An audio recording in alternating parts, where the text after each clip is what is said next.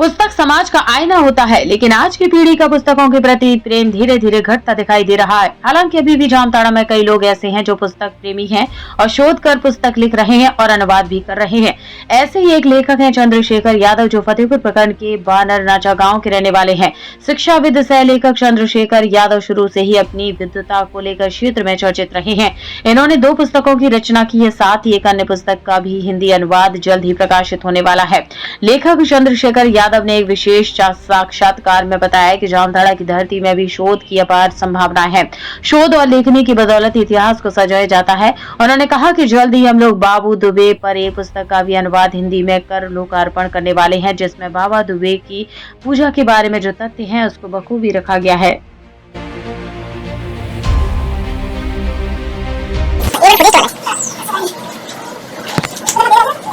जामताड़ा जिला पंडित ईश्वर चंद्र विद्यासागर की पावन भूमि है और यहाँ अनेकों विद्वान रहते हैं। इन्हीं में से एक हमारे जिले में एक विद्वान है जो पुस्तक की भी रचना कर रहे हैं और आने वाले समय में ये जामताड़ा जिले में भी शोध करेंगे। उस शख्स का नाम है चंद्रशेखर यादव, जिनकी 2 पुस्तकें अभी तक प्रकाशित हो चुकी है। एक पावस पीयूष और एक है पूर्वी भारत के दुमका जिले की धार्मिक, सांस्कृतिक, पुरातात्विक झलक। इसके अलावे हाल फिलहाल भी और एक ये पुस्तक लोकार्पण करने वाले हैं। तो आइए की प्रेरणा कहाँ से मिली, आइए इनसे जानते हैं। तो बताइए। देखिए, ऐसे तो मैंने अपना कर्म जीवन शिक्षक के रूप में प्रारंभ किया था और जो कुछ पढ़ा लिखा, जो कुछ हमारी उपलब्धि रही, मैं उसका सदुपयोग लिखने पढ़ने के रूप में ही करना चाहता हूँ। और फिलहाल मैंने देखा आज की नई पीढ़ी को उत्प्रेरित करने के लिए, नई खोज के लिए, अपनी पुरानी संपदा को बचाए रखने के लिए उन्हें प्रेरणा की आवश्यकता है। और इसी प्रेरणा के लिए मैंने ठाना कि कुछ लिखना चाहिए और इसी क्रम में 2 पुस्तकों का अनुवाद और एक लेखन कार्य हमने किया है। अब तक आगे भी योजना है और अपने ज़िले में भी, जामताड़ा में भी शोध कार्य को बढ़ावा देने के लिए, युवा वर्ग को प्रेरित करने की इच्छा है।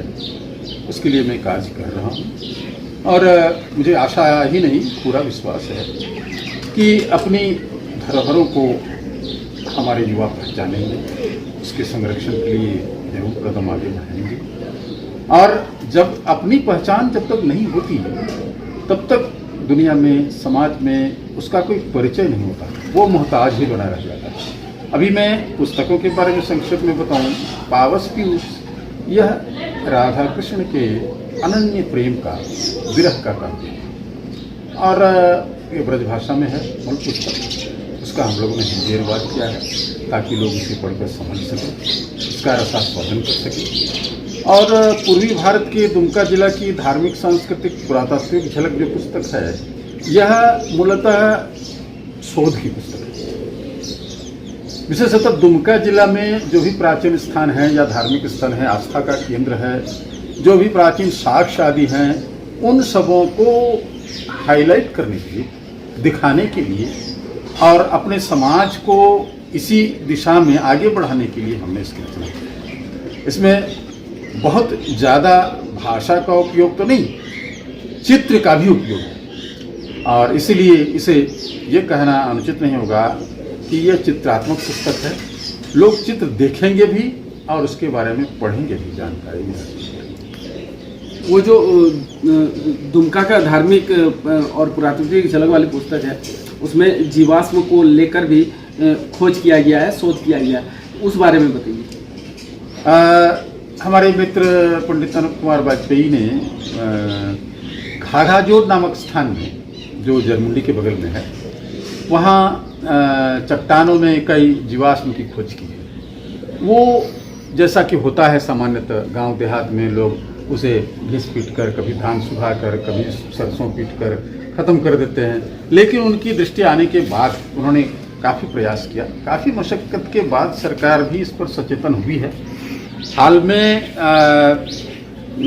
पथ निर्माण विभाग ने वहाँ फॉसिल रॉक के रूप में उसे संरक्षित किया है और वहाँ के लोग भी जागरूक हैं। वहाँ के पंचायत के मुखिया आदि, वार्ड मेंबर आदि ने भी अपना सहयोग दिया है और उन फॉसिल रॉक को, जहाँ की कई प्रकार के फॉसिल हैं, एक मनुष्य की पदछाप है, तो हिरन आदि जानवर के खुर के निशान हैं, एक गिलहरी का फॉसिल है, एक बड़े मत्स्य का जीवाश्म है। तो इन सबों को संरक्षित संप्रति किया गया है और आगे भी इस तरह के प्रयास करने पर बहुत सारी चीज़ें हमारे जामताड़ा जिले में भी हैं। क्या आपको लगता है जामताड़ा जिला भी पुरातात्विक अवशेषों का भंडार है? जी जी, बिल्कुल बिल्कुल। जामताड़ा जिला भी पुरातात्विक अवशेषों का भंडार है। बहुत सारे गांवों में अभी भी लोग कुछ तो मान लीजिए कि फॉसिल्स वगैरह को क्या करते हैं, तो अंधविश्वास के तौर पर लोग सिंदूर वगैरह लगा करके, या उसको उसकी पहचान फॉसिल के रूप में, जीवाश्म के रूप में ना होकर के लोग देवी देवता के रूप में आरोपित कर देते हैं, उसमें सिंदूर लेते हैं, पूजा स्थान बना देते हैं। तो ये जागरूकता का अभाव है। अगर हम ये प्रयास जारी रखें और हमारी युवा पीढ़ी भी इसमें साथ दे, तो निश्चित रूप से जामताड़ा भी भंडार है और यहाँ भी अपार संभावनाएं हैं।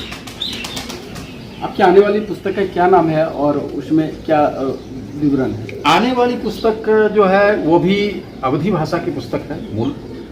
वो है दुबे बाबा के जीवन चरित्र पर आधारित। लोग दुबे पूजा करते हैं, जगह जगह दुबे मंदिर भी है, मंडप भी है और लोगों की बड़ी आस्था है उन पर, लेकिन उनकी जीवनी के बारे में लोग सही ढंग से जानकारी नहीं रखते। तो पंडित रामचरण वाजपेयी ने एक पुस्तक की रचना की अवधी भाषा में, जो रामायण रामचरितमानस के तर्ज पर लिखी गई है। रामचरितमानस में जिन छंदों का उपयोग हुआ है, श्रीमद् दुबे भयहरण चरितामृत में भी उन्हीं छंदों का उपयोग हुआ है। लोग इसे गाकर भी याद कर सकते हैं, पढ़ सकते हैं। तो उन्होंने ये एक महत् कार्य किया और हम लोगों ने सोचा कि अवधी भाषा में होने के कारण यह बोधगम्य नहीं है, तो इनका अनुवाद किया जाए। तो उसका अनुवाद भी हो चुका है। वो पुस्तक प्रकाश छपकर भी आ गई है। बस नाती शीघ्र बहुत ही जल्दी उसका लोकार्पण होगा और वो पुस्तक भी समाज में लोगों के हाथ में आएगी। तो ये थे हमारे साथ आचार्य चंद्रशेखर यादव जी, जो जामताड़ा के बानरनाचा गांव के निवासी हैं और बहुत ही विद्वान है। और इन्होंने इनका जो आने वाला पुस्तक है, इनके साथ और इनके सहयोगी हैं अनूप कुमार वाजपेयी जी, जो दुबे मंदिर होता है विशेष तौर पर, उसकी महिमा और उसका जो इतिहास है उसके बारे में कोई नहीं जानता, और उसका हिंदी अनुवाद वो रचना आएगी और तब लोग इसे अच्छी तरह से जान भी पाएंगे। न्यूज़ स्टार भारत के लिए जामताड़ा से गौतम मंडल। सबसे पहले खबर देखने के लिए आप न्यूज़ स्टार भारत चैनल को सब्सक्राइब करें, लाइक करें, शेयर जरूर करें ताकि हर खबर आप तक पहुंचे।